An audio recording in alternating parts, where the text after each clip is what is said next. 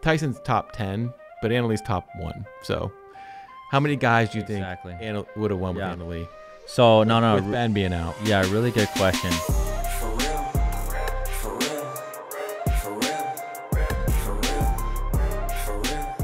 Hi, welcome back to the Briones Pickleball Podcast.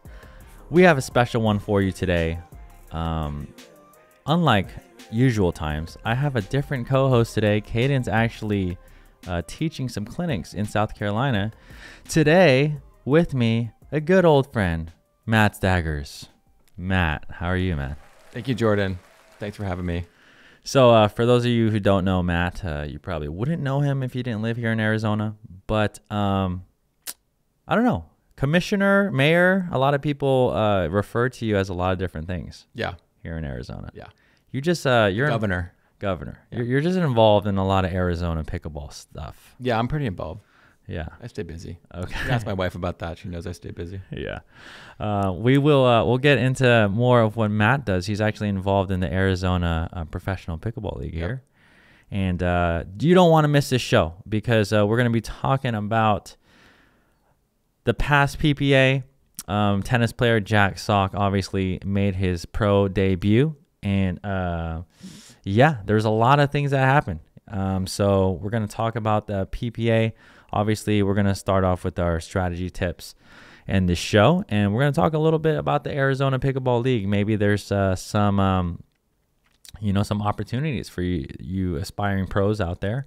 And also for you viewers who want to watch some high-level pickleball. So stay tuned for that.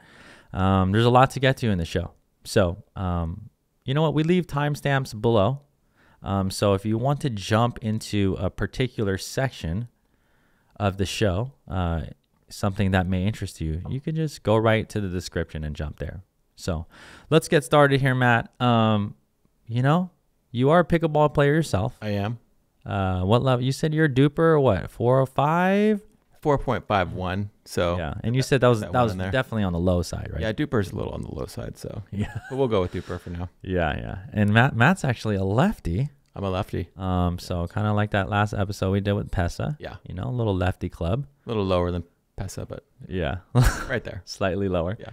Yeah. So okay. You know what? We're gonna start off with our strategy tip, and thank you for Caden is gone for a clinic, but these are kind of big shoes to fill here. Not too. His shoes are kind of small, so I think he's a size 7.5. Is he? He's like 8.5. Okay. All right. But yeah, bear with us. It's gonna be a good show. Yep. Matt, how did we meet, by the way? So we met. I took a clinic here right when you moved here with 3 other guys in the Arrowhead group. Yeah. Played in your backyard. I was probably like a 3-5 at the time. Yeah. And you taught us stuff that I actually didn't even know what it was. Wow. What do you remember? So I remember, you talked about drilling a lot, which I didn't really do, which I don't really do much still, but I need to. Yeah. Now that my wife's playing a little more, I do more drills, but that's mostly for her. Yeah. But we were talking about a block volley reset, and I didn't really know what any of those were at the time. Wow, man. So, and then you would have us kind of step back from the line to drill it and then come back. Yeah. And that was actually a pretty big deal for me because and that's a pretty big part of my game now. So definitely carried over. And that was probably almost 2 years ago then. Yeah. Huh? Yeah. I think it was like winter of 2021. So that's cool. You know what? I didn't remember that that was the first time I met you. It was in a clinic at my house. Huh? Yeah, your prices were a lot lower back then. It was. Huh? Yeah, it was pretty. We're not going to tell anyone those prices. It was a special deal back then. But no, really cool. Shout out to the group here in Arrowhead. In Arizona. Mm-hmm. So we're going to jump right into the strategy tip. Strategy tip of the day. Mine is going to, fairly simple. Could be a little bit more complex. But let me... now, Matt, to all the viewers and listeners out there, you're not a coach, Matt. I'm not a coach. Okay. You are an avid player. I am. And advocate of the sport, yes. I would say. I only coach my wife, but... And your wife and my son. Okay. He doesn't listen, though. Okay. So, so my strategy tip is for today is going to be return height is way more important than you think. What do you think about that, man? I think returns are really underrated. Yeah. And I've seen your videos, and I feel like it's one of the most important shots is your return, because you can really set yourself up to win the point. Or set yourself up to lose the point. Yeah. Yeah. So, a deep, long return. They're not going to miss their third, especially toward the backhand side. So, yeah. So I said return height is super important. Everyone talks about the depth, right? And which is true. We need to return deep. But what I do see a lot of is players returning deep, but sometimes they return deep and really fast, or deep and really hard and deep with a low trajectory. And sometimes that could be good if you're quick enough to get to non-volley zone. But if you're returning, what you think is deep and returning it really fast, you're going to get stuck in that transition. And when you're playing bangers and players that like to hit the ball or drive the ball really hard, then you kind of get stuck in a really sticky situation. I mean, you've gone from 3-5 to now 4-5. Yep. What do you think about what I just said, or what's your experience with returning?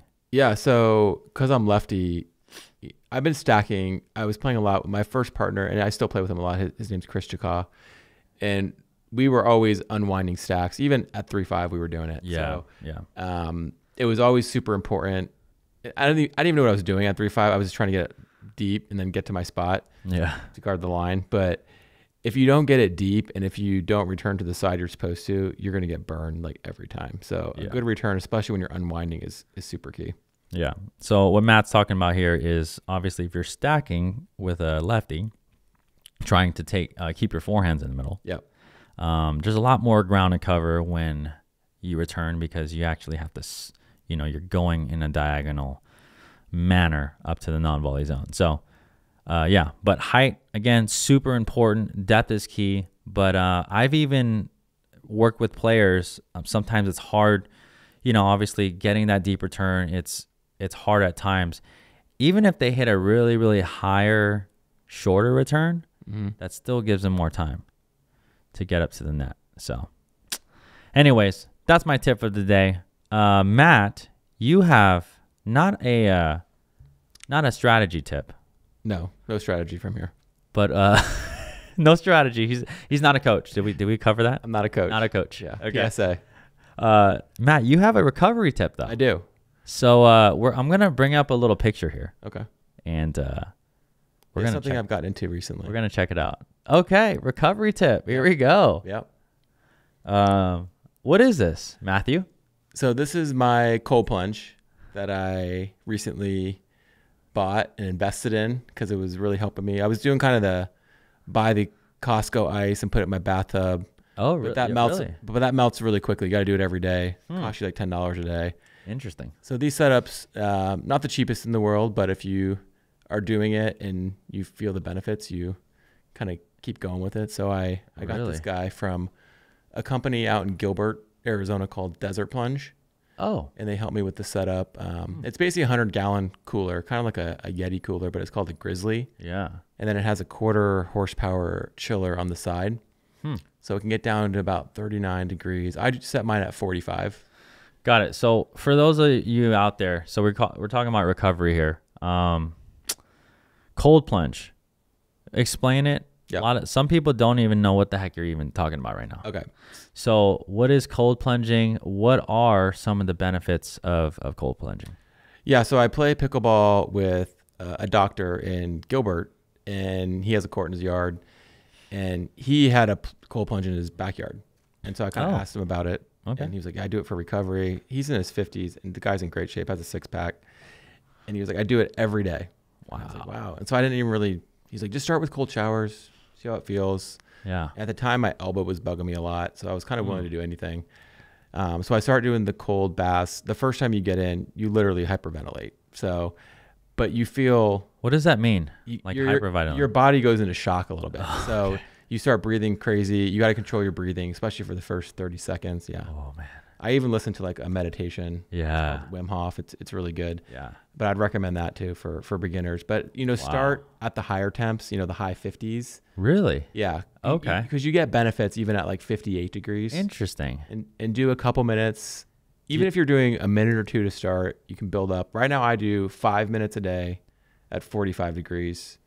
And I do it after I go for a run, get a little sweat going, and then I heat up naturally because from the stuff I've read, that's a little bit better. Some people like to jump in a hot tub right away. Oh, really? Yeah. Okay. But for me, I feel like I get a little bit more benefit, and then it kind of keeps your body in that fat burning mode as long as you're recovering naturally. So I try to do that and just put my, get warm, put clothes back on, that kind of thing. Okay. So cold plunge. What are some benefits? Because I know you've probably read up on this, and yeah. So what are the things that it can do? Yeah. So inflammation, it brings your inflammation down. I was having a lot of pain in my hips and groin, especially if I was playing in tougher games. The next day I'd be, really sore, just kind of walking a little gingerly. But I want to play the next day. So I wasn't able to play the next day for the most part, I would say 8 months ago. And then I started cold plunging pretty consistently last November. Wow. And then since then, I don't play every day, but I could play every day because my body just feels so much better. I can feel the benefits. You feel like you've had like 10 shots of espresso when you get out. So it's just a really, it boosts your immunity. Is it immunity too? Yeah. Immunity booster. I honestly have not even had a cold since I started cold plunging. Like, that's so interesting. You know how you know how you hear when you get cold, like even when I was a kid, when you get cold outside, you could get sick. Yeah. Is that true or not? So you want to limit your cold exposure. So the studies are showing, controlled cold exposure, a few minutes at a time is really good for you. But then you have to warm up right away, right? You just warm up naturally. So if you're staying outside, hypothermia could set in if you stayed in there for an extended period of time. Yeah. But for the most part, if you're doing it controlled, I do 5 minutes. Some people do 10 minutes. Wow. I've heard the recommended is around 11 to 12 minutes a week. Really? At what temperature? That can vary by person. So I feel I'm getting the most benefit in the mid 40s. My wife doesn't like it that cold, so sometimes I increase it for her, but then she doesn't get in, and then but is the reason why you don't do like high 30s is it because it's freaking too cold, or is it because it's painful? I mean, honestly, it's not like something you look forward to. Oh my god! So I mean, I'm trying to drop it a degree or two at a time. Oh, okay. So I've gone from like high 50s to low 50s to where I'm at now, and it's still really cold when I get in. So and that first minute is pretty brutal. Oh man. But once you get past the first minute and kind of get into the zone, you can feel it. So definitely something I recommend. I know a lot of pickleball players are getting into it too. So there's, dude. And there's different facilities around here. If you just want to buy a membership and kind of test it out, you can do that. There's one in Tempe that's really good called Optimize. But so this is my setup. I feel like it's worth it because I'm using it every day, but I'm going to have to look. You need to come over. That, dude. Yeah. What's the dimensions there? So that's 100 gallon. No, like feet. Is it only like a couple feet, 3 feet wide? It looks like maybe, or 2 feet wide maybe. And then it's probably about 4 feet wide. Okay, I would say. And then because I fit in it pretty comfortably, and and I've heard. So do you go neck? Up down to my neck. Okay. Yeah. So you don't have to hold your breath or anything. No, some people do dunk their heads, and I'll do that every once in a while, but that's kind of crazy stuff. I'll splash my face at the end. Just it really wakes you up. All right. So for those of you listening, recovery tip, cold plunging is definitely, there's a lot of science out there. I'm not a doctor. Yep. He's not a coach. So take that with a grain of salt there. Yep. But a lot of athletes are doing that now. Yeah. That's always been a thing for athletes too. Yeah. So and that little device on the right there, that kind of keeps that temperature cool then, huh? Yeah, so that's the chiller. So I don't need any ice because that's making the water cold. Nice. So it's constantly circulating the water. Refrigerator or something. Basically. And then on the back, it has the power set up, so it's plugged into the wall. Cool. And then there's a filter, and then it has sanitation called ozone on it, so it keeps it sanitized. So you do got to switch out the water every now and then. It stays pretty clean for months, though. So as long as you go in and clean. I got to go and clean. Yeah. So, but it is sanitizing it, and it's filtering it, and it's constantly pumping cold water. So the company's out in Gilbert, so if anyone's interested, it's called Desert Plunge. So all in, just really quick, this is more of a higher setup here, but what all in setup here, what are we looking at here? So this costs about $2,800 all in. Oh man. And there's some setups that are north of 10,000 though. So Got it. To me, this is the best bang for the buck if you want something that circulates the water, filters it, sanitizes it, and it really does. The cooler's so insulated. That's what was so great about it, because I keep it in my garage because I don't want it in the sun. But if you had a shaded area on your porch, you could do that too. Dude, I'm gonna have to look into this. But man, other thing too I've heard about cold plunging is it's uncomfortable, right? Yeah. It's not great. No, it's not like going in a hot tub where it's like, oh. Yeah, it's not like you're looking forward to it completely or entirely. You look forward to the feeling you have after. Yeah. So what I've heard some people say, like, it's just doing something really uncomfortable, but it kind of sets the tone for your day. Like, because you're doing that, it's like an accomplishment, Yeah, it makes you mentally tougher for sure. Yeah. Because you do feel like you kind of check some box. And I'd like to do it in the morning before like the day gets going. Like I get up pretty early, go for a run, and then. And it really, I could imagine, because it's so freaking cold, but you basically, if you're tired, or like let's say you didn't get that much sleep, I mean, that thing you said just wakes you up, right? Yeah, there's been a couple times especially if I've played like a cash game or a tournament, and it was like, man, brutal day. I'll go in twice that day. Like I'll go in morning and then night. And I will say you sleep really well when you go in later in the day, because you're kind of getting your core temperature down. And I think most of us like to sleep with the air being cold. You drop the AC in your room, but this kind of gets your whole body into that feeling. So you definitely sleep better. And then once you kind of stop the cold feeling, you just kind of feel at ease. All right. Yeah. Well, if you're a cold plunge company out there, feel free to reach out to us. Yeah. We have a sponsorship form, that you can fill out. And we'd love to share the benefits. But currently, give it a try. I'm sure that in your area, there's a place to go. Thanks for that recovery tip, Matt. You're welcome, Jordan. I'm definitely going to...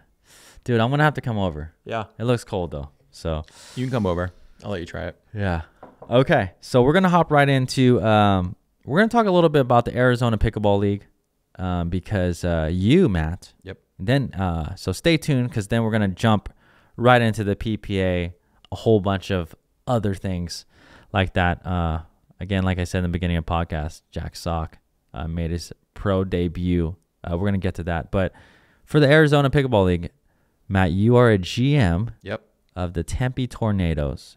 And for those of you who have been listening to the podcast, Caden's not here today, but he is playing in that league. Yes. And he's on the Scottsdale Scorchers. But actually, the Tempe Tornadoes are the only undefeated team right now. We will be the only undefeated team because we just beat the last undefeated team. So, we're 4-0.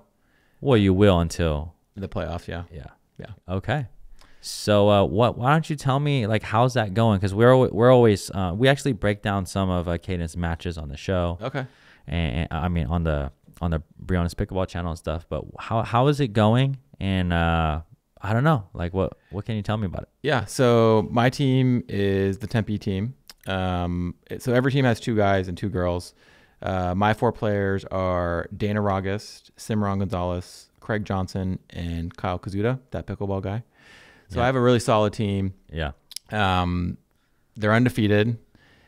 We have a very strong team. As a GM, you are responsible for maintaining the team, and if there's changes that have to be made, you have to do that, which can be tough. So I haven't had to do that, which is a little bit of a perk. But some teams have had 2 players get dropped. I think that's the most. But I have the only team that's undefeated, had no changes. So we're pretty excited. And then we secured the number 1 seed for the playoff. There'll be a 2-game playoff starting on May 23rd, and then May 30th is when we're going to play next. So we'll play the number 4 seed, which we'll know more after the May 9th match, which is tomorrow, who we're going to play. Okay. So the Arizona Pickleball League, they can check that out at where? Yeah, ArizonaPBL.com. And if you're a player, I would say our target player range right now is someone that's doing very well in 5-0. Yeah. Like you're medaling constantly or winning constantly. And then you jump up to pro and maybe you're struggling in the main draw, maybe get 1 win, but So this league, again, created by Patrick and Ashley, right? Patrick Sullivan, Ashley LaRue. Shout out to Jigsaw Health. They're there at the Orchard. And this is basically a semi-professional league, and it's all the top players in Arizona competing. Yep. And Yeah, a lot of them are on the PPA tour actually Yep. right now in APP. So this is definitely some good talent on both ends, men's and women. And what can you say about? Because I've heard some things. What can you say about the upcoming season 2? Because this season's coming to an end in June. Yep. But so this is the Arizona Pickleball League. Obviously, people outside of Arizona, they're not. Maybe not that familiar with it, or Okay. they don't care that much. Yeah. But what can you say about the next season here? Yeah. So players right now, they're getting paid $500 a match when they play, which is pretty good. Yeah. The pilot season, so season 1, it was mostly Arizona-based players. As the season's progressed, we've had some applicants from out of state. A player named Lucas Crippen, who's a really good pro. He's from Seattle. He's going to actually play tomorrow night for the Gilbert team.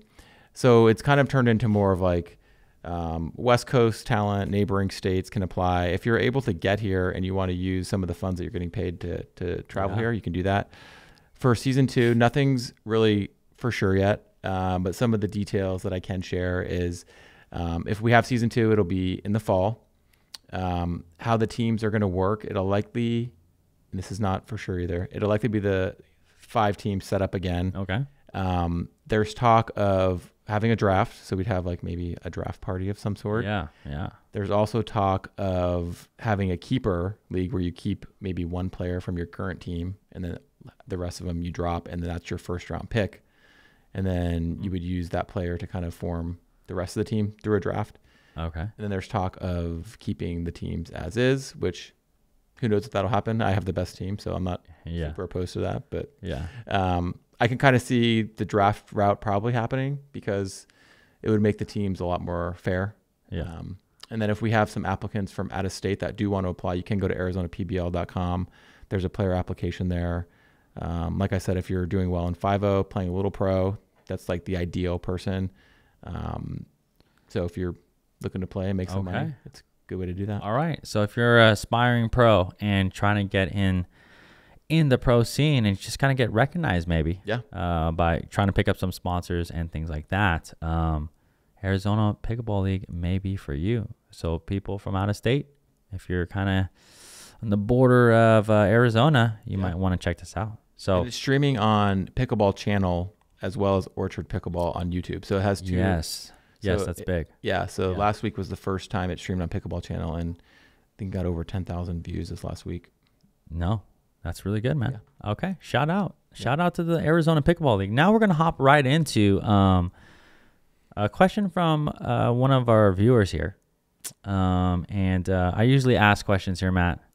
You're not a regular here, okay? But we usually get some questions in from some of the viewers and listeners, and this is one here that's a really interesting one. See what you think about this. It says, "Hello, I am a Miku." Okay. M-I-K-U. Would you say Miku? Miku, yeah, that sounds good. Okay. I'm a tiny and skinny 60-year-old ish, 40-ish Asian. Okay. Thank you. Tiny and skinny. Who I think lacks power and stability in each of my shots, especially swinging volleys. I have also been having an elbow pain for a long time. That's something actually you dealt with, right? I did. Okay. Yeah. I love my double-handed backhand swinging volleys, so I wondered if I could also do the same with 2 hands on my forehand side. I have been practicing and liking it. Definitely provides more stability and more power using my left hand, and it makes it easier for me to involve my core. Interesting. But my coach thinks it's a crazy idea and said there's no such thing as double-handed forehand in pickleball, and I did not find any instructions on this shot. Do you haven't heard of that? Yeah. Do you think this is worth it for me to develop and master the shot, or do you agree with my coach? By the way, I do kind of like to do forehand drops and dinks with 2 hands now. And here's the kicker. When I do it, I don't switch hands, meaning he keeps his left hand on top of his right hand as a righty on both sides. Okay. So initial thoughts from the not a coach, Matt. Yeah, the tiny and skinny. Miku. Yeah, Miku. I would say I haven't seen anyone do a two-handed forehand at any level I've played. Yeah. Okay. And so I'm not a coach, but it doesn't sound like something that I would recommend. Okay. What do you think? Thank you, Matt. Thank you for your You still have my cold plunge up there. Thank you for my or for your in-depth analysis. You know what, this may be a sponsor, so we're gonna leave it up there. Okay. Thank you. So Miku, a couple thoughts I have here. We don't see that much because I think just technique wise, you probably could develop. You should be able to get a lot more power with your forehand if you develop it right. Now, if you're having elbow problems, I would start there on rehab and trying to meet with a PT, cold plunging, something to get that figured out. So, the thing about the two hands on both sides, I would say your reach is definitely going to be limited. And I should have a paddle here, but if you are kind of have that left hand on top, you know what, if that's, and I, as a coach, as a good coach, and as a coach that's always looking at different avenues and things like that, I would say that if it's working, then maybe I would actually have to see it, but I could guarantee that you're going to be limited on a lot of different shots as you progress. So, you said you're a 4-0-ish player. Again, with two hands, it's going to be hard to hit top spin with that left hand on there. It's going to be maybe harder to slice the ball. It definitely, you're going to have the stability, and it's going to take some pressure off that right elbow. But I think for now, so I'm just trying to think for me. Like if I was in that situation and it was hurting, I would probably just go left-handed, or I would probably do what he's doing. So I don't think it's an end-all thing. Miku, I think it's good to practice now. So my answer would be try to rehab that, because it's good to have a strong, powerful one-handed forehand. But doing this way isn't wrong. I just think you'll be limited in certain facets of the game. Yeah, I think for the tennis elbow, because I had that happen to me about, I think end of last summer, where I was using the Yola Hyperion, the Ben Johns one, and it was really head heavy, and so I was getting a lot of elbow pain. I ended up switching over to the Vision, which was a little more balanced for me, but I went to a PT, did some of the recommendations like massaging the tendons really deep. Okay, that is when I started cold plunging too, and I also got a kettlebell, and there's some good exercises you can look up on YouTube to some swings, because you really want to build up those tendons, muscle. Right? Yeah, that muscle right there, which is what gets aggravated when you play pickleball. So, Miku, that's what I would do, and I would go back to the one-handed forehand, like Jordan said. Okay. Well, again, Miku, check out those things, and last thing I can mention. Hopefully, you're working with a really good coach, but when it comes to elbow problems, the first thing that I look at is technique. If your contact is like super late, or you're jammed up a lot when you hit it, or you have some sort of kind of weird thing going on with your technique, that definitely puts extra strain on the elbow. So that's something that I would do. Now, before we get into our second question here, we're just going to shout out to Selkirk here. All right, sponsor of the podcast. Thank you for all you do. Check out the description below if you want any Selkirk paddles. Currently, right now, I'm using the SLK Halo 16 millimeter. Good paddle. You use a 16 millimeter too, right? I do. I use the Vision, Yola Vision. He's on Team Yola. Yeah. I mean, they're all right, but shout out to Selkirk. Seriously, thank you. And if you would like a Selkirk paddle, go ahead and check out the description below. Okay, so now we're gonna jump right into question number 2, and then we're gonna hop in. We're gonna hop straight in to my thoughts. I know that you want to know everything that's happening on the PPA tour. My thoughts about Jack Sock, his pro debut, and we're gonna get right into that after this question from Anonymous here. Hello, Anonymous. How do I actually incorporate all your great advice and instructions into playing? I watch all your videos. Seems that all I've learned goes out the window in the heat of a battle. Now, Matt, we've done several private lessons. Yep. I don't do many of those anymore, but we've had a handful of them. Yep.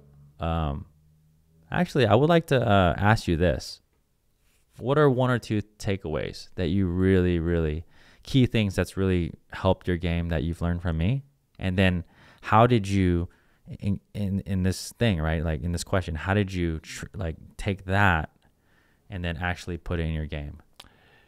Yeah, that's a good question, Anonymous. So, drilling with you and coming over here, it started with my son taking lessons, but he wasn't getting a lot of it. So I'm like, I'm going to do half and you do half. So that was a little better use of the time.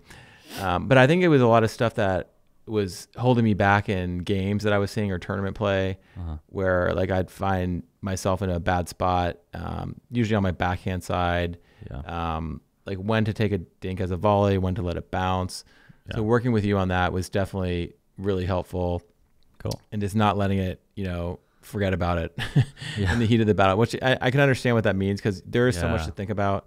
And my wife, who's, she's kind of a 3-0 level-ish player, she always tells me that, where there's just so much to think about. Like, how do you focus on one thing? So I really would say to Anonymous that, work on a couple things at a time, especially when you're drilling, is work on one thing that day, and just kind of grind that. And then when you feel good, you'll play a lot better. And I think there's a phrase like practice how you play how you practice. So, I like it. Yeah. So just drill and get that spot. Cause I was always struggling on my backhand side as a lefty, getting that corner dink. Yeah. And you were always telling me, you got to take it out of the air. And I'd always try to back up and create space. Yeah. Which at times you do. Yeah. But I was hitting a lot of them into the net, which, not good. But, taking him, dinking him out of the air has been super helpful for me. And, as I've advanced a little bit, I can go cross court with him now and not just kind of lay him up and get an Ernie smash at me. But I try to, get him as much cross court and take as many out of the air as I can, just to take away time from them, which I've seen in your videos too. Good, man. From not a coach, Matt, that's actually, that's actually pretty good, Matt. Okay. Thank you.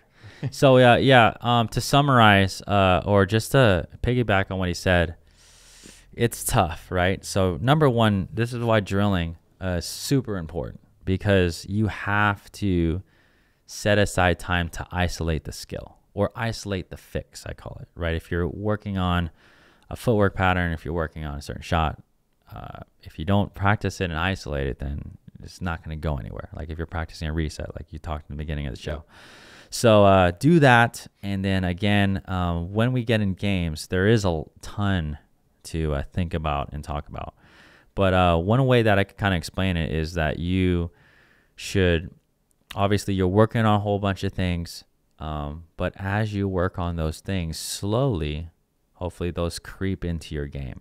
Like that's the goal, right? A lot, like one of the biggest things that I deal with, in my 2-day intensives. And if you're interested in that at all, go ahead and in the description, if you want to travel and train with me for a full 2 days, it's definitely something that would be really beneficial for your game. But if you, if you're working on a couple things, it's really important that you drill. Is that what I was saying? Yeah. I lost my train of thought. Yeah. Gotta drill that one thing that you're working on at a time, and don't work on 10 things at a time, then forget about them. Yeah. So that's what I would recommend. So I think everyone goes through that as well, because in a game, a lot of things could happen. And, so like, for example, like this is where I was getting to. A lot of the problems, there's just a whole bunch of things for someone to learn, because, I usually work with 3-0 to 4-5 players, like kind of in that range. And one of the, key evident, the most evident things that I see is the transition, like working through transition, right? And getting kind of stuck there, not split stepping correctly or on time, and them just running through. So like if you're going in and you've been drilling that and you go into a particular game, and Kaden and I talked about this before, but not just focusing on winning and other things, but you know what, every time I'm going to be in transition, I'm going to make sure I'm stopped in a good split step, and I'm ready for the ball. And if I miss, I miss. If If I hit a good reset, I hit a good reset. But the key is just to just focus on one thing at a time. So really good, Matt. Thank you. Really good. You too. Thank you. And you know what? We're going to hop right in to the PPA. What is this? North Carolina? OS1 first. OS1. Shout out to OS1 if you want to be a sponsor. Great socks. Go ahead and shout out. Have you tried them? Yeah, they're really good. What is this with the sock thing? Okay. I mean, we know Jack sock. We're going to hop into that. But the OS1 sock, is it just a thicker sock? How do they market these things? Yeah, I actually think socks are really underrated in pickleball. And a good sock goes a long way. So is it more support on the ankle or something? Yeah. Is that right? There's a couple good brands out there. Lasso's a good one. Features, OS1 first. Those are all really good ones. And I think they definitely help with like foot pain and that kind of thing. So okay, they're expensive, but health is wealth, right? Yeah, health. You get what you pay for, huh? Definitely. Yeah, definitely socks. Okay, so Jack Sock. Speaking of socks, Mr. Jack Sock. Yep. And there was a just to let you guys know, if you don't know who Jack Sock is, then obviously you probably don't follow tennis. But this is one of the biggest things of this weekend. Obviously, we know tennis players are taking over a game, or they have, right? But this is one of the first tennis players that are still on the tour. Yeah. Number one, on the tennis professional tour, and also has had pretty good success on the tour. Yeah. So has been a top 10 player. His highest ranking is number 8 in singles and number 2 in doubles. So this guy pretty crazy. Has a lot of success here. So that's why it's a big thing. Shout out to Jack Sock. So he played singles, doubles, and mixed doubles, and we're gonna just hop kind of right into kind of his run here, and let's just see this. We're gonna hop right into singles here, and this was his first event. And you know what? I made a couple comments on Facebook, and people get heated over there. But I just said, you know what? Jack Sock's a beast, man. You were quick to He's the real deal. Post that. Well, even before Vegas, I mean, you've been early on him. Yeah, I've been early on the bubbly in Vegas. He did a little pro-am thing, and I just see the skills.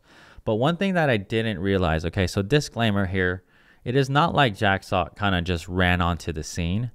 He has actually been playing. Okay, I've got some other information. Okay, he's been playing here and there, but he's still playing professional tennis. So it's not like he's training full time for this.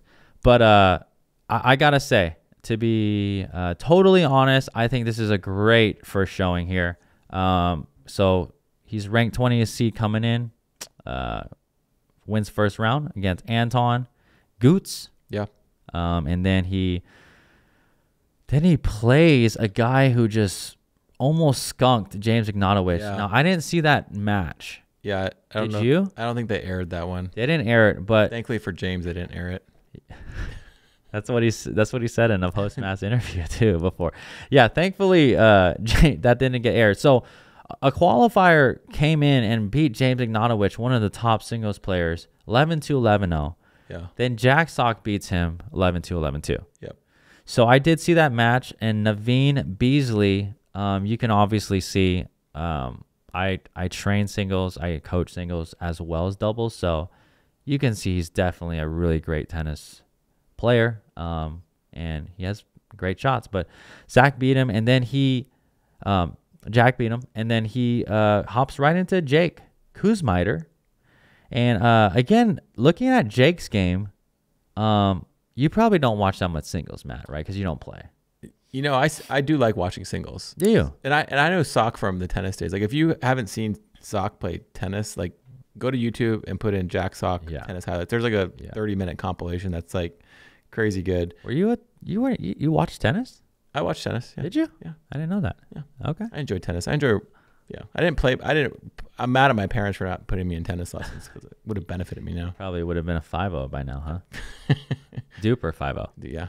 Yeah. For sure. But so Jake, one thing I could say about him, Jake's good. Dude, his game, honestly, he has like a top 10 game. Yeah. I mean, by watching this kid this weekend, Jack Sock played him well, and it went to 3 games, and he lost 11-7 in the 3rd game. So, obviously, a lot of people are going to save their bodies here in PPA and not going to play the back draw. What are your thoughts about that? Caden and I have talked about this several times, but so when Sock lost the quarterfinals to Kussmeiter, he didn't play the back draw, which I'm okay with. I don't have a problem with it because if the PPA is not going to let you get a medal if you lose before the semifinals, then why would they? Yeah. And I know for singles especially, the handful of times that I played, it's a lot on your body. It's a grind, dude. That's when you definitely need 2 cold plunges that day. He needs to go in the plunge for sure. And I also think playing singles was kind of a last minute deal for him too. So he got the wild card. He didn't have to play the qualifier, but still, I mean, I don't blame him. I would pull out of the back draw too if I was him. And the money doesn't matter to him either. So So Jack Sock, again, really good showing here. And I'm just gonna shout out right here, PPA North Carolina Open here. Federico Stackstrud gold. Shout out to Tyson McGuffin silver and Christian Alshon. Okay, for bronze. Federico, I believe, is undefeated versus Tyson. Yeah, he's kind of owning him. Tyson has not been over the hump with Fed yet. So, I think Fed this one wasn't that close either. What were the five? 11-7, 11-5. Tyson has the game, man, but I'm telling you, Federico just stepped it up. So really, really good. We're going to hop right into men's doubles. And here's the interesting thing. I thought it was going to go way better with Jack. Yeah. Mr. Sock here. But Jack Sock played with Tyson McGuffin. And if we can get there, where are we? I think they were the 6th seed. Yeah, so they actually put Jack Sock and Tyson McGuffin as the 5 seed, and they ran into Eric Roddy and Jim Dobrin. And what I know now is those are some not some buddies of Jack, but Jack has played these. He plays with them. He plays and practices with them. Yep. So I can say that Tyson didn't play his best. Yeah, I would agree. And obviously Jack didn't either, and he's getting a lot of flack for his issues with his backhand. So the whole tournament here, dancing. He was pretty much running around his backhand, which as a coach I would definitely not recommend. With his athleticism, definitely that helped him out a lot. So I got a question for you. Yeah. Why not put Sock on the right then? Because if he doesn't want a backhand dink, why would he be on the left if he's playing with someone as good as Tyson? I feel like that was something they could have done. Exactly. Is switch him, especially in game 2, because game 1 didn't go that well. Well, it was closer. It was closer. Lane 2 is worse. Yeah. But that was my thought when I was watching. Like, why not put Sock on the right and let him forehand dink? Yeah. So to answer that, I don't know. Okay. I don't know why they should have done that. Now going into it, I'm sure Tyson knew that Jack Sock's forehand was the strongest and wanted to put in the middle. That's how he won mixed, and we'll get to that. But yeah, it was kind of a big liability there. So I don't know. I think that's something that they definitely could have adjusted. But one thing that's interesting to me, and you are not a coach. I'm not. But Jack Sock does have a backhand. He does. I mean, for crying out loud, he's a freaking tennis player. He has a great backhand. So I don't know if he wasn't practicing it. To me, it just seems like not confident enough in it. Yeah. But it's just really, really weird. I mean, his backhand is, I think if he just attempted it a few times, is better than the field, I would say. Not the field of the pros, but at least enough to handle some rallies there. So I don't know. That was just really interesting to me. I kind of wish he would have played the back draw after I just said they shouldn't. But for this, I do think he needed the practice against the other pros. Yeah. And I think he could have used that and just to kind of see how maybe he didn't want the results to kind of show if he went 0-2. But I would have liked to see how he would have done in the backdraw because there were still some really good teams if they. Yeah. I think Tyson. I wonder whose call that was, but pretty disappointing, I'm sure, for Tyson McGuffin. I'm sure he was at least planning to make a pretty good run with him, and we'll have to see. We'll have to see, Jack. But definitely, Jack, if you're watching this, we'd love to have you on the podcast. Number one, but number two, he's probably watching. Number two, Jack, I would just a little coaching advice. You already know this. I don't need to coach you, but hey, shout out if you would like it. But yeah, just work on your backhand, man. Yeah, work on those backhand dinks. Every other part of your game is great. Yeah. Now your resets, I didn't even get to see that many resets because there was a lot of crashing and burning. He was playing fast. Yeah. So speed ups look great. Forehands obviously great. Overheads is a 10 out of 10. He can hit it harder than anyone else. And his hands are elite level. Hands are elite, yeah. So it's going to be really interesting. Great lobber too. Did you notice that he was great topspin lob? The twab, did you see it?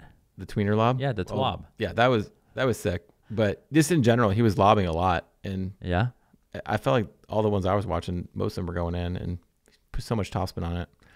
Okay. And then his putaways. Yeah, those so were good. That was Jack and men's. Didn't have the greatest showing. We're gonna go over the results here. Shout out to Riley Newman and Matt Wright. Yep.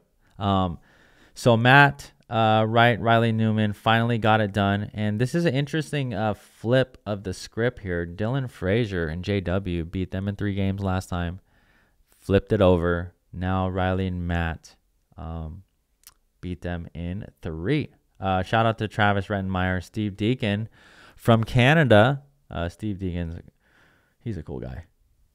And so they got bronze. But really quick, from Matt, not really a coach. What do you think was the difference maker here with Dylan Frazier and J-Dub got him last time? Yeah. What do you think it was? I think that Riley and Matt were just really picking their spots well on the speed ups. I still think J-Dub needs to get more aggressive off the bounce. I think were you guys talking about that? Yeah.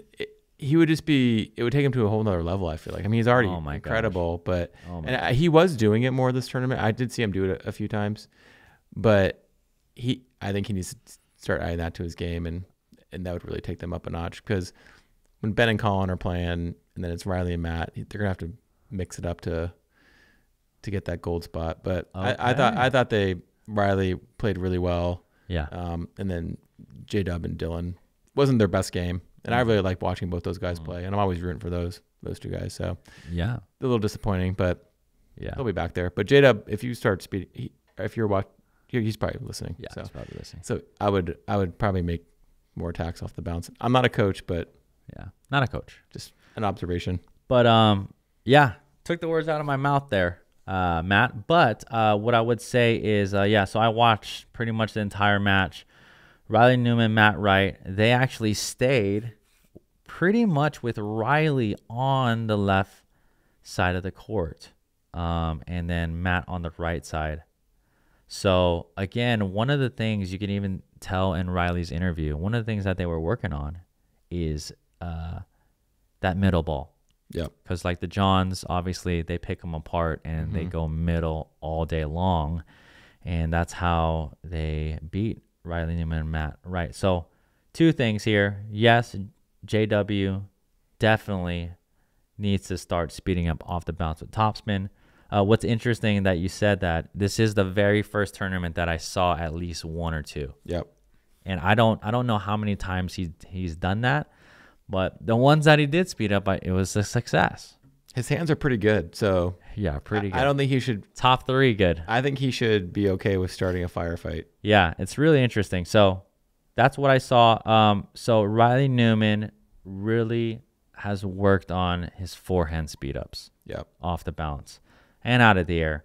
But one of the things that you can see there is Riley was attacking with his forehand side, and because of his semi-western grip, it makes it a lot harder to get that ball up and over.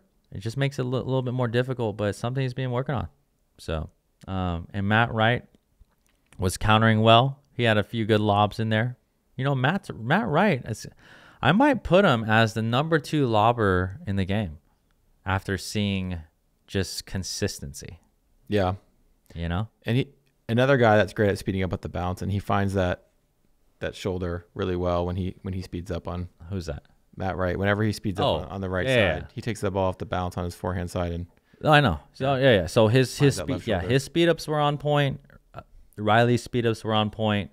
That's just tough to deal with. So that was men's dubs. Obviously, Ben Johns was, I think he's at his little pickleball getaways, Costa Rica kind of thing. So, everyone had to pass this tournament here. I heard he doesn't like playing indoors. So that is true. Yeah, that's the first time he lost is indoors. Yeah. So interesting. Yeah, interesting. Okay, so real quick to men's singles. We already talked about that. Now we're gonna hop right into mixed. This is the big one here. Aired on ESPN2. Kind of. So did you see that or what? So I was actually out playing pickleball when it aired, but I got home and I thought for sure they'd have it like saved to re-air like on ESPN, the app, and they didn't. They made it really hard to find. And from what I saw on social, like Cornhole was airing, and it's like it overlapped it or something. And also they didn't do best of 5. They did best of 3. Yeah. Because of the time constraints, which I can understand. But to not air the whole thing, I think is a little weak. And I think for pickleball to grow, they got to figure out the time slot thing because it's really hard to find when it's not on YouTube. And that's kind of, that seems to be a gripe between the pickleball community. Yeah. So again, Jack Sock, pro debut. We already talked about his accolades. He plays with Leigh Waters, #1 female of the game. Obviously, everyone here knows that. And, before, as I was texting people and going to this, I was pretty sure of this gold here. Yeah, you were confident. I was confident. Now, men's doubles, I was definitely surprised. They definitely got upset. But Riley Newman, Elise Jones for silver, Catherine Peranto, Tyson McGuffin for bronze. We're just going to go over the Jack Sock run here. Jillian Braverman, Jack Kuzmiter. Got revenge. Got a little revenge there. 11-3, 11-6. Rafa Hewitt and Milana Rain went over 11-3, 11-2. This is a big win here. Anna Bright, James Ignatowicz, 11-5, 11-3. Very impressive. That it didn't even go to 3 games, impressive. And I watched that game, Matt. What did you see there?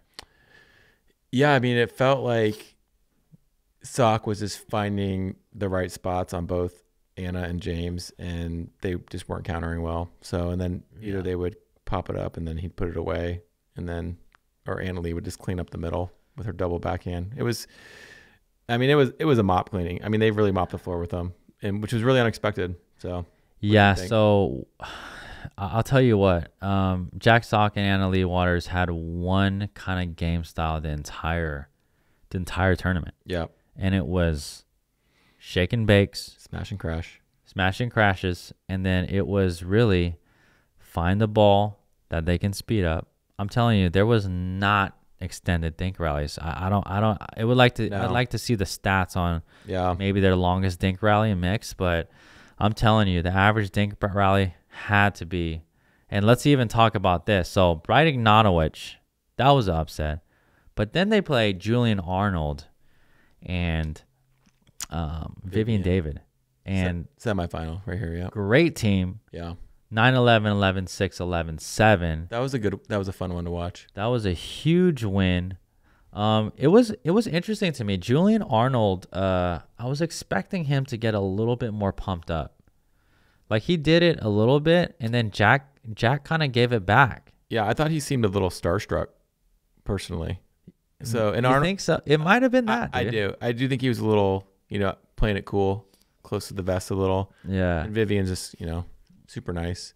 Yeah. But he dropped an Andiamo once and kind of put his hand up to his ear, and then Sock didn't appreciate it and then dropped one back, which I thought was pretty funny. Yeah. But And then I don't think he needed to give Sock anything. I think he was trying to not do that. Like, I don't want to give you any more motivation, and then he gave it to him and then backfired. But yeah, he was a little more subdued than normal. Yeah, it just seems a little weird. But again, shout out to Vivian David and Julian Arnold, great players. That was the only game they lost all the way to the final, so they only lost once. Crazy. And then again, the final was aired on ESPN2, I guess, but really hard to find. They put it on YouTube. They finally did. And then just to go quickly over Elise Jones and Riley Newman's run. I mean, they played some great teams. They had a couple 3-gamers though. Yep, they had to go. They had to go through the Johnsons. They went through McGuffin and Peranto, and then they went to the finals and a couple other teams in the first and second round. But so it did go 3-11, 11-2, 11-3 for Waters and Jack Sock. And what's the interesting thing is, were you the one who said as soon as they lost the first game, you thought it was done? That wasn't me, okay. But it didn't look very good for them. But they did make a really good adjustment, and they were going after Elise a lot more in game 2. For some reason, Sock was challenging Riley, I thought, a little too much. And then that was a good adjustment though. And then clearly, Elise versus Jack's gonna go in Jack's favor a lot. Yeah. So if you watch this final, it's really interesting. I mean, you would think a mixed doubles PPA final, the dinking was almost non-existent. It really was. And it'd be interesting to just know their longest dink rally, which was probably could have been less than 10. Oh, for sure. And then Jack had a couple highlight reels there, defending, and I remember that. But the other thing is, I mean, basically it was Jack speeding up, then Anna-Leigh crashing, or Anna-Leigh speeding up, Jack crashing, and that just worked for them. It was hard to know who to hit their third to, because like if you hit it to Jack, that lets Anna-Leigh kind of roam free in the middle with her 2-handed backhand. Hit to Anna-Leigh, he's roaming the middle with his huge forehand. So they were putting everyone in a tough spot, but it was kind of like a lose-lose, lesser of two evils type thing. Yeah, and again, this whole time, I mean, Jack Sock avoided as many backhands as possible. For sure. Which is I mean, I just cannot believe that that strategy actually worked. When you have a really good forehand, back to Mr. Anonymous's email, that's why you want a really good one-handed forehand. Yeah. Be like Jack Sock. Yeah, be like Jack. So that was pretty impressive. We're going to hop right into the women's doubles if you're interested in that. I'm interested in women's doubles. They do a great job, and I think it's getting more and more, not challenging, but more and more competitive. Yeah. Over the past 2 years, women's doubles has increased tremendously. Catherine Peranto, Anna-Leigh take the gold. Yana Greskina and Lauren Stratman for silver. I think that's a little bit of an upset there. And Jessie Irvin, Jackie Kawamoto take the bronze. So one thing that I can say, and it looks like, Anna-Leigh and Peranto kind of like clean swept here. Did you see Anna Bryce's partner, Vivian Glozman? Yeah, so let's talk about, is it Vivian? Yeah, I think she goes by Viv. Let's see here. Yeah, okay. She was impressive, I thought. Very impressive. So that's one of the things I was going to mention here. So Anna Bright kind of was searching for a partner last minute. Yep. And from what I heard, Glozman was a ex-partner in tennis or something. Cal. University of California. Anna Bright played at Cal? Yeah. Are you sure? Cal Bear, yeah. Okay. I didn't know that. Okay. So, again, brought her tennis partner in, and they did very, very well. So she looked good. I honestly don't know how long Glozman has been playing, but if she's been playing under a year, I'm telling you, she's gonna be crazy. She honestly looked top 5 material. And she was that 5'11" too, so she was tall, but girl. The interesting thing is like she had the resets already. She had all the shots. She had the dinks. She has the swinging volley. She had a backhand dink. Jack Sock might have throw with her. Yeah. So that's that's just amazing. Anyways, shout out to them. And yeah, there's a lot to break down here. But you know what? All I can say is hopping into women's singles, Leigh triple crowns again. So definitely the most triple crowns in the PPA by any person. I think more than Ben Johns even. Leigh Waters for golds in singles, Leah Jansen silver, and Salome Device bronze. And yeah. Anything to say? You didn't watch much women's singles. I mean, women's singles is pretty much all chalk. Just Leigh, Leah. This one could use a few wild cards in there. Yeah. I wouldn't mind seeing that. Yeah, definitely. There's definitely the same women that are kind of meddling there, switching back and forth. But yeah, it's tough. Leigh is man. She has no competition right now. Dominant out there. So I do have a question for you. Yeah. Back to mixed doubles. Sock got to play with the #1 female. So how many of the the guys on the men's side would have won this tournament with her? Because Jack didn't get Tyson's top 10, but Annalie's top 1. So how many guys do you think would have won with Leigh? So with Ben being out. Yeah, really good question. So I think you asked me this before the show, and I said maybe top 5. Top 5. Maybe 10, but let's go down the list here. So Matt's question here, who's not a coach, is how many people, if Jack Sock didn't play with Leigh, could Leigh won with Ben Johns being gone? Again, with Ben Johns being gone, it kind of leaves it open. Obviously, Ben Johns and Leigh play with each other a lot, and they're dominant for sure. So Riley Newman, obviously, yes, check. He would have definitely won with Leigh. I would say JW. Yep. But he would never play with her because he's playing with Georgia. They won together last year. Actually, Ben was out on another pickleball getaway. Interesting. It was the one in Orange County. Okay. So JW. I think I'd put Matt Wright. Okay. I put Matt Wright in there. I don't know if he'd be on my list. I'd put Dylan on there, I think, maybe too. Maybe he'd be on there. Just Matt Wright has good. He just has good court. He has pretty good mixed. I would. Okay, so this is where it gets tough. Ignatowicz. I would say iffy, but yes. Then how about Arnold? And then Julian Arnold.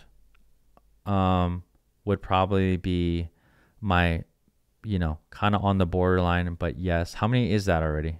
5? I think you're at 5. And then I would say, how about Tyson? That'd be an interesting pair. I couldn't count Tyson and Leigh out, so I would have to say yes. And you know what? I would add 2 more here. I would just actually add one more. It's Deckelbar. Okay. Yeah. And then everyone else, it would be a toss-up. Yeah. But basically, at the end of the day, my thing is that, yes, Leigh, as dominant as she is, because she's separated from the field right now, probably the 5 to 7. It's pretty crazy. Now, if Ben Johns isn't there. Yeah. I think it'd be really tough if Ben played with somebody else. You saw at Nationals, Ben played with Taranto, and Riley played with Leigh. I did. It was 11-3, 11-0, 11-3. I did. So now if it's Riley Newman and Leigh, I maybe would take them over Ben. Over Ben in the field. I would have to see. But one thing that you have to understand is, like, if it's not Riley, right? Yeah. So all the other guys we mentioned, and then it's, let's say, Ben, John, and Catherine, or Ben and someone else, it'd be really close. All right, here's my idea. Hear me out. I think it'd be really close. This is a made-for-TV event. Okay. You get the top 5 guys and the top 5 girls, rotating partner round robin for points. There you go. $1 million for first place. Who says no? They're all going to come. Yeah. And see who they all get to play with Leigh. So I would think so let's say 5 guys, 5 girls. Yeah. So and then Sock's in there. So Sock would be in there. So Sock. Well, he get. Oh wait, so it's all mixed. It's all mixed. Oh, all mixed. But everyone gets to play with Anna Leigh. So then it's like, well, how good are you? Like, oh well, Ben would win it. I don't know, Riley. I'm pretty sure. It would be a tough one, but I think if I had to make an educated guess, I would put Ben winning it. A close second, which could still win it, maybe Riley, but okay. But that's tough, man. So the five That's guys tough. I would invite, if this is my event: Ben, Yep. Jack, Sock, Riley Newman, J-Dub, and Ignatowicz. Yep. The girls I would do Anna Leigh, Anna Bright, Georgia Johnson, Parento, and then I like Andrea Coop. That's who I would pick for my fifth. Okay, not bad. I think there's some other ladies that could go in there, but And they all could play, and they all like mix. Then, Yeah. So I don't think I would put Jack Sock in. no, I'm saying As I a- know, but he just won with her. So like, Yeah, like, I see. everyone's saying like, okay, well, how good are you? You just played with the top girl, so Yeah. I don't know. Yeah, I'll tell you this: if Jack Sock played with anyone else, I don't think he would have. Yeah, I don't think. I think I'm with you. Won. But it's still yeah, impressive. man. Very, very impressive. He never even played 5-0, so Yeah. skipped it Straight to pro. straight to Pro to pro. road to pro. So what else you got there, Matt? That was pretty much it for that. I was more of like watching it, thinking Sock is awesome, and I Yeah. love Sock, the tennis player, and I think it's cool that he can come in and dominate like this. But Yeah. Ben wasn't there, and how many guys in that spot get Anna Leigh as their partner? Yeah. And that's Almost nobody. pretty much nobody. So Yeah. So that just goes to show you again, Anna Leigh's dominance, I think, is we may not see this for a long time. So Yeah. we got to enjoy it while it lasts. And she's only 16. That's an interesting thing. It's going to be interesting to see how far this goes with her. I mean, in prime years, gosh, I mean, you can say she has 10 more years or more. well, I mean, Deacon's know? 49, and he's winning. He's Yeah, got third, so- so maybe 30 more years for him. Yeah, it's going to be interesting to see where Anna Leigh goes with this. Definitely for the ladies, for those tennis players out there, and maybe non-tennis players. But if you're, I think it'd just be interesting to have some competition. So hop on over. Yeah. Jack Sock setting the example. Going back to Jack, one of the things that he said in the interviews. Oh, that's a thing that we could talk about. Oh, yeah. The What- interviews. One of the things he said in the interviews, though, is he didn't want to kind of bridge the gap Oh, yeah. I saw him say between tennis and pickleball. And obviously, a lot of tennis players are mad because of the pickleball thing. Pickleball players kind of have a thing against tennis players. We have a little too. Yeah. But coming from tennis, I understand. I understand both sides. I think Jack is a good segue. Yeah. It's a good segue for both. And do you know who Nicholas Kyrgios is? Oh, yeah. I love Kyrgios. Yeah. So another tennis player, but recently he did tweet kind of congratulations or something along the lines of he was supported of Jack Sock's victory. He'd be fun. And I honestly think they should do a Kyrgios and Like a doubles. Sock maybe exhibition. Okay. Honestly, I honestly think Kyrgios would be he has a talent. He has a talent to be a very, very, very good player. So I think Sock showing, though, that extra 10% that you need in pickleball. Like the tennis guys all think they're going to come in and clean house and doubles, and Query's not having the easiest time. He can't even basically win a main draw PPA match. But not a coach, but Yeah. just an observation. yeah, But Sock just has everything. So he has the hands. Yeah. He has the soft game. I mean, even like you said, won without a backhand. So Yeah. I think all these top tennis players think they could come in and crush, but I don't think that they're going to. Sock's kind of like an exception of the rule to me, and he's going to get better, which is, but of all those guys that played in Bubbly, it was clear he was the best player, even back was that December? Yeah, we'll have to see. But one thing that you got to think about is that he is a doubles specialist. True. So I don't know if you know this, but a lot of those guys they played doubles, but they played a lot of singles. Yeah. So if you have some top doubles tennis players coming in, I think you're going to see the same kind of thing. But I don't know. I want to see it. I want to see the Bryan brothers come Yeah, it's going to be interesting. I've been saying that the longest. That's one of the matches I'd actually pay to see. I would like the Bryan bros to train for a couple months and play the Johns or something. There should be a little bit more money in the pro matches, I think, and then you'll see it. But I think right now that's why they're Sock did it for fun. Yeah, and he loves the game. He so loves it's really cool. Yeah. Last couple things here. We saw a little challenge with paddle challenge. Yeah. With Matt Wright. Matt Wright. What'd you think? What happened there? What'd you see?